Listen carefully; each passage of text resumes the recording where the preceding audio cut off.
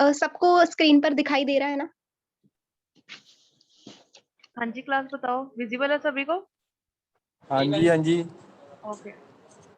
Ma'am वो actually मेरी वो गूगल मीटिंग का कंपटीशन था ना पेंटिंग का, इसलिए पहले थोड़ी कोई बात नहीं, मैंने लेट ज्वाइन क्लास की। कोई बात नहीं, it's okay, you can start now. Good morning to all of you. Today I am Ransi standing before you to present my seminar on topic NABARD. NABARD सबसे पहले NABARD की full form क्या है? NABARD की full form है national bank for agriculture and rural development. जो NABARD है वो एक एपेक्स डेवलपमेंट फाइनेंशियल इंस्टीट्यूशन है इंडिया में। जैसे एक NABARD हम कह सकते हैं, इसका जो मेन मोटिव वो क्या होता है? NABARD का जो मेन मोटिव होता है वो होता है प्रॉफिट करना, फंड करना नहीं होता। ये हमें एक क्रेडिट फैसिलिटी प्रोवाइड करता है। जैसे आपने सुना ही होगा जो सहकारी बैंक है, कोऑपरेटिव बैंक है, वो हमें क्या करते हैं, हमें क्रेडिट फैसिलिटी प्रोवाइड करते हैं, मतलब कि हमें क्रेडिट देते हैं। सो इसके लिए जो क्रेडिट फैसिलिटी है वो हमारे पास 3 तरह से हो सकती है, एक शॉर्ट मीडियम, एक लॉन्ग और एक मीडियम। जो शॉर्ट टर्म पीरियड वाली होती है उसका टाइम 1 ईयर होता है, और जो मीडियम टर्म उसका 1 to 5 ईयर्स, और जो लॉन्ग टर्म उसकी होती है 5 to 10 ईयर। क्योंकि जो कॉर्पोरेटिव बैंक होती है वो स्टेट की भी हो सकती है। 3 लेवल्स होते हैं उसके, डिस्ट्रिक्ट, रूरल और स्टेट। उसके बाद आगे हिस्ट्री ऑफ NABARD। इसमें क्या है कि RBI agriculture development agriculture refineries development corporation, NABARD को जब एस्टेब्लिश किया गया, जिसने एस्टेब्लिश किया था उसका नाम था श्री बी शिवरमन कमेटी, जैसे हम क्राफ्ट कार्ड भी खाते हैं। और इसकी एस्टेब्लिशमेंट जो हुई थी वो 12 जुलाई 1982 को हुई थी। National bank for agriculture and rural development act. जो इसके मेन हेडक्वार्टर्स है वो बेसिकली मुंबई में है, और इनके प्रेजेंट चेयरमैन है डॉक्टर हर्ष कुमार भनवाला। राइट।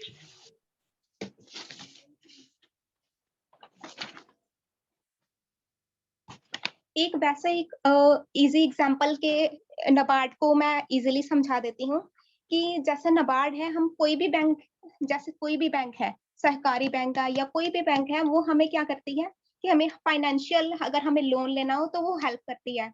तो NABARD पता क्या होता है कि एग्रीकल्चर और रूरल इंडियन डेवलपमेंट के लिए ये लोन प्रोवाइड करती है, लेकिन ये उन लोगों को ही लोन प्रोवाइड करती है जो इन दोनों, जैसे एग्रीकल्चर एंड रूरल डेवलपमेंट में काम करते हैं, और हर किसी को ये फाइनेंस नहीं देती। जैसे क्या होता है कि कई गांव वाले एरियाज नहीं होते, रूरल एरियाज, जहां पर लोग बहुत कम आते जाते हैं और वहां पर इतनी ज्यादा तरक्की वगैरह नहीं होती, और लोग जो है वो आना जाना पसंद भी नहीं करते। तो उन एरियाज को देखना जो NABARD बैंक की वो रिस्पॉन्सिबिलिटी, जिम्मेवारी बन जाती है।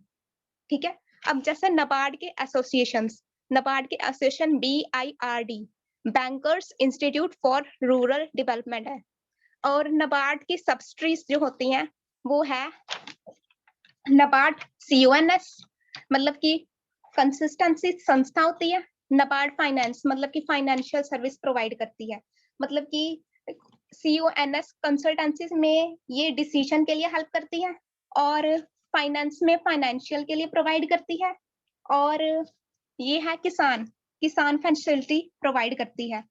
और ABFL एक और होता है, ये एग्रीकल्चर बिजनेस फाइनेंशियल लिमिटेड होता है। और इसके आगे आते हैं इसके फंड्स। जो फंड्स होते हैं NABARD के वो 3 होते हैं, एक होते हैं rural infrastructure development fund, long term irrigation fund and micro irrigation fund. उसके बाद इसकी बात करें इनिशियल कैपिटल। इनिशियल कैपिटल में जो जैसे ना 2 थे, एक था RBI, reserve bank of India, उसने ना 73% शेयर थे, और जो गवर्नमेंट ऑफ इंडिया के 27% शेयर थे। तो क्या हुआ कि RBI प्रेजेंट अब है वो 100% शेयर है। ठीक है।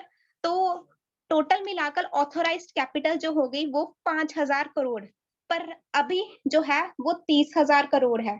मतलब कि कह सकते हैं कि जो, मतलब कि RBI ने अपने जो सारे शेयर्स है ना वो गवर्नमेंट ऑफ इंडिया को सोल्ड कर दिए, मतलब कि बेच दिए। उसके बाद आता है NABARD का फंक्शन। नाबार्ड का फंक्शन ये है कि ये हमें क्रेडिट फैसिलिटी प्रोवाइड करवाता है Indian and rural development centre के लिए। और इसका जो मेन मोटिव है, मतलब कि मेन एम क्या होता है कि इंस्टीट्यूट को रेगुलेट करना, मतलब कि क्रेडिट फैसिलिटी को प्रोवाइड करना। और नाबार्ड की इसमें लिखा है it regulates institution which provide financial help to rural economy. इसमें दो आगे, एक हो गया रीफाइनेंसिंग फैसिलिटी और दूसरी आ गई micro financing facilities. Refinancing facility में हमारे rules of development and agriculture centre के आ गए, और माइक्रो में हमारी फाइनेंशियल। और लास्ट में जैसे अगर शॉर्ट में बात करें तो जैसे आपने सुना होगा small scale industries, large scale. Small scale industry में जैसे हम पेपर बैग बनाते हैं लेदर के, ब्यूटी पार्लर या लेदर बेल्ट, टॉयज होगी, तो ये सारी स्मॉल स्केल इंडस्ट्री में आ गया। लॉन्ग स्केल इंडस्ट्री में हमारे पास जैसे टक्स, आपने सुना ही होगा, आयरन स्टील बनता है, ऑटोमोबाइल, सिल्क का कपड़ा, वो भी आगे लार्ज पे। और मीडियम टर्म में हमारे आगे स्टील की अलमीरा कह सकते हैं, या फिर सेफ्टी मैचेस, वो हमारे मीडियम टर्म में आ गए। और इसकी टोटल ओवरऑल कॉस्ट होती है वो 10 करोड़ से कम और 5 करोड़ से ज्यादा होती है। और एक लास्ट में इस सबका कंक्लूजन यही निकलता है कि कुछ रूरल एरियाज एक अर्बन एरियाज होते हैं और एक रूरल। जो ये जरूरी नहीं है कि रूरल एरिया जो होते हैं वो शार्प माइंडेड होते हैं या फिर अर्बन वाले ज्यादा होते हैं, क्योंकि रूरल में चाहे वो गांव के एरियाज हैं, मतलब कि उनके माइंड भी शार्प होते हैं, तेज दिमाग वाले होते हैं। और वो जैसे मूर्तियां नहीं बनाते, आपने तो सुना ही होगा, वो अपने डाउट्स भी काउंसलर से जैसे पूछ सकते हैं कि हम आगे जाकर। मेन इसका नाबार्ड का ये है कि ये हमें ना ट्रेनिंग फैसिलिटी प्रोवाइड करता है। जैसे अर्बन एरियाज में हम क्या देते हैं कि वो ज्यादा है, उनको ज्यादा नॉलेज है, मतलब कि है, इसलिए फिर नाबार्ड में लोग मतलब कि होते सक्सेसफुल है, वो क्रिएटिविटी भी करते हैं। Very good, okay, thank you ma'am. Very good, very well explained. थोड़ा सा पार्ट मैं इसमें ऐड करूंगी। जो रेंसी ने एग्जांपल दिया ना अभी, वो मूर्तियां बनाने वाली, उसी में अगर आप चाहो तो ऐसा भी ऐड कर सकते हो। लाइक आपको पता होगा जो गांव के लोग हैं वो काफी चीजें बनाते हैं, लाइक बेसिकली मंजे जो होते हैं उनको बुनना, ठीक है। हैंडमेड प्रोडक्ट्स जो हैं वो गांव के लोगों को काफी अच्छे से आते होते हैं rather than the urban peoples, ठीक है। तो बेसिकली नाबार्ड का काम क्या है, जो लोग ऐसे जिनके पास स्किल है बट वो अपनी स्किल को शो नहीं कर पा रहे दूसरे लोगों को, तो नाबार्ड का काम है उन लोगों को मोटिवेट करना, उनकी स्किल्स को दूसरे लोगों तक पहुंचाना, एंड देन उस स्किल को डेवलप करवा के उन्हें उस एरिया से बाहर तक लेके आना, और उनके जो काम है उसे बढ़ाना और ज्यादा, ठीक है। और उसे बढ़ाना कैसे है, ये खुद अपनी हेल्प देता है दूसरे लोगों को, लाइक ये कुछ अमाउंट ऑफ लोन प्रोवाइड कर सकता है, या फिर जो रूरल डेवलपमेंट के लिए जो गवर्नमेंट्स काम कर रही है उनको भी कुछ फंड्स हैं नाबार्ड ही देता है, ठीक है। नाबार्ड की खुद की एसोसिएशन है, इसमें कुछ टीम मेंबर्स होते हैं जो इसमें काम करते हैं।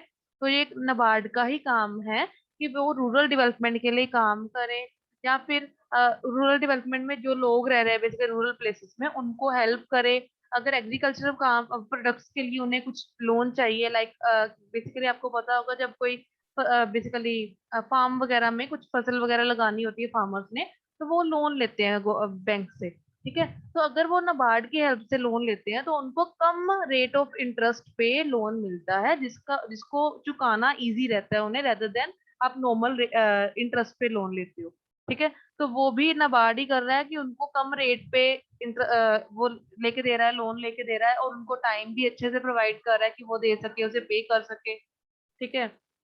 मोरओवर अगर आप लॉन्ग टर्म लोन लेना चाहते हो अपने जो हमारे रूरल एरियाज के काम के लिए, तो वो भी नाबार्ड ही देता है, ठीक है। नाबार्ड उसमें मतलब बेसिकली इसका मोटिव है जो लोग विलेजेस में रह रहे हैं उनको मौका देना आगे आने का, ठीक है। उनको उनकी स्किल्स को पॉलिश करवाना, अगर किसी को छोटा काम आता है तो उसे बड़े स्केल पे लेके आना, और उनको time and money and space, तीनों चीजों को प्रोवाइड करना ताकि वो उस काम को कर सके और अपने अपने जो एरिया है उसकी डेवलपमेंट कर सके, ठीक है।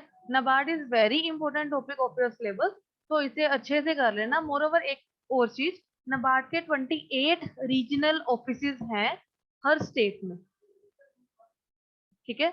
बेसिकली हर स्टेट में एक एक रीजनल ऑफिस है नाबार्ड का। टोटल 28 रीजनल ऑफिसेज हैं।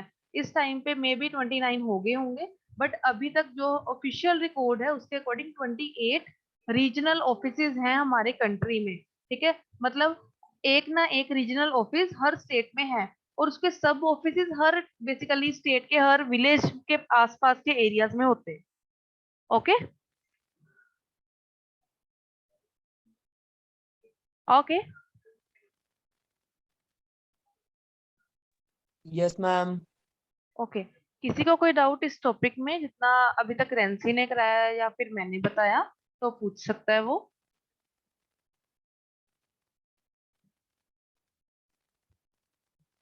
ओके, किसी ने ये नहीं पूछा अपेक्स रेंसी ने स्टार्टिंग में लिखा था NABARD is an apex development, वो साइड पे दिख रहा है APEX वाला। ये अपेक्स डेवलपमेंट क्या होता है, किसी ने पूछा नहीं, सारे सो रहे थे या मतलब समझ आ गया सभी को? बताओ क्लास, मतलब पता है इस चीज का अपेक्स डेवलपमेंट क्या होता है? ये इसका मतलब आप लोगों को पता होगा, बट जब मैं बताऊंगी तब पता चलेगा इन्हें। अपेक्स का मतलब होता है टॉप मोस्ट डेवलपमेंट बैंक है ये, सबसे टॉप पे हमारे कंट्री में यही बैंक है। NABARD is a bank. Apex का मतलब है टॉप मोस्ट। ठीक है, अब याद रखना, कहीं पे पूछा जाए कि अपेक्स डेवलपमेंट फाइनेंशियल इंस्टीट्यूशन कौन सा है या अपेक्स डेवलपमेंट बैंक कौन सा है, तो आप बता सको कि ना इट्स इन नाबार्ड। ठीक है, ओके।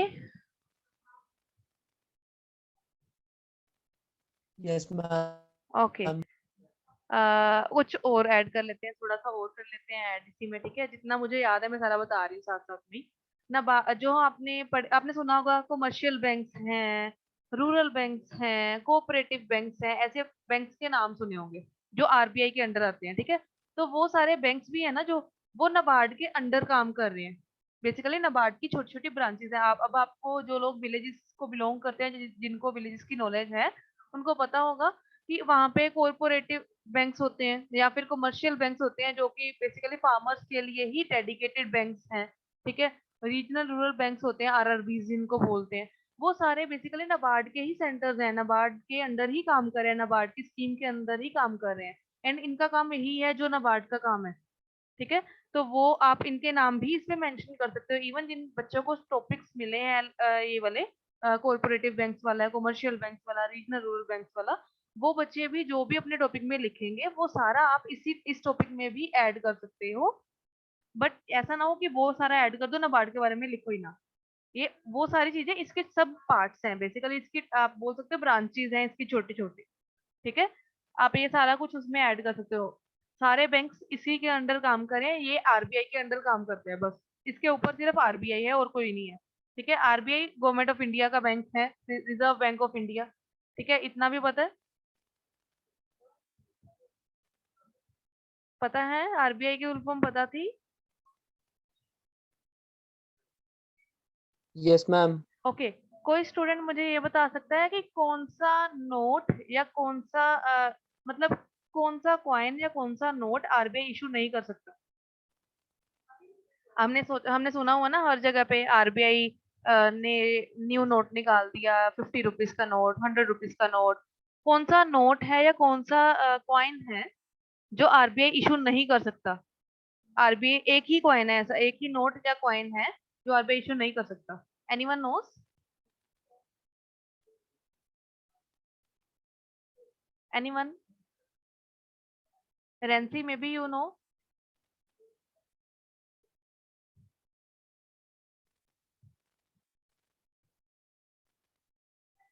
यस और नो? कोई रिप्लाई कर दो, नहीं पता तो।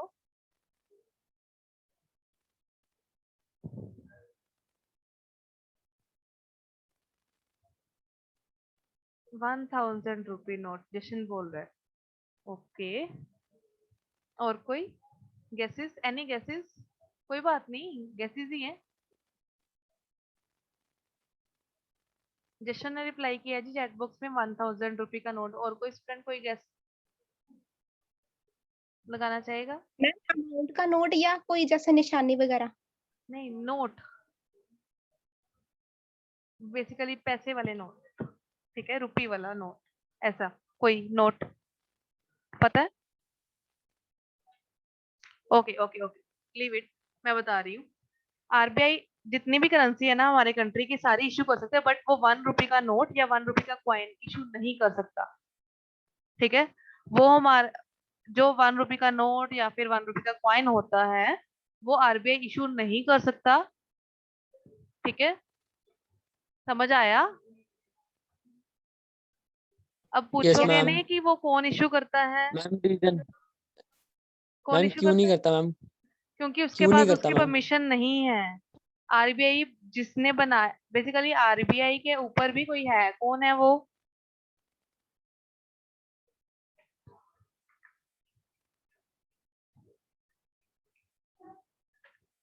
एनीवन? मैम शायद वर्ल्ड बैंक कुछ ऐसे करके था ma'am.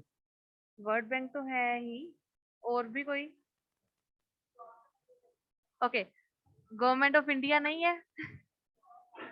Reserve bank of India government of India के अंदर आता है, उसके बाद उसके ऊपर आती है हमारा वर्ल्ड बैंक, ठीक है। तो बेसिकली गवर्नमेंट ऑफ इंडिया जो है वो 1 रुपए का नोट इशू करती है, आरबीआई नहीं कर सकता, ठीक है। आप अगर इंटरनेट पे भी सर्च करोगे तो आप सर्च करके देख सकते हो कि 1 रुपए का नोट जो होता है वो गवर्नमेंट ऑफ इंडिया इशू करती है, आरबीआई इशू नहीं कर सकता। बाकी सारे बैंक नोट्स जितने मर्जी का नोट हो वो आरबीआई इशू कर सकता है। कॉइन्स के केस में भी सेम है, 1 रुपए का कॉइन आरबीआई इशू नहीं कर सकता, बाकी सारे आरबीआई इशू करेगा, ओके। Yes, ma'am. ओके, अब इसके बारे में और डिटेल में जानना हो तो आप सर्च कर सकते हो। मोरोवर आप अगर देखोगे, अगर आप 1 रुपए का नोट देखो, wait let me show you, क्या कैसे पता चला कि कौन देखता है या कौन इशू करता है, ठीक है।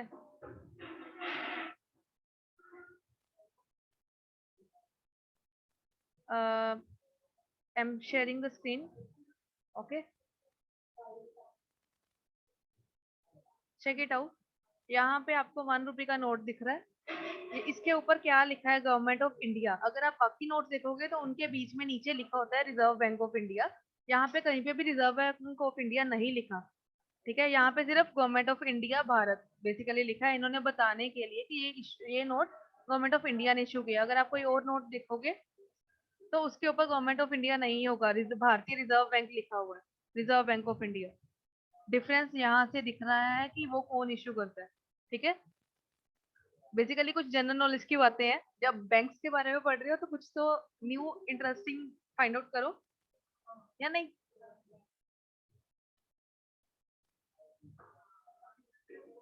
फाइन?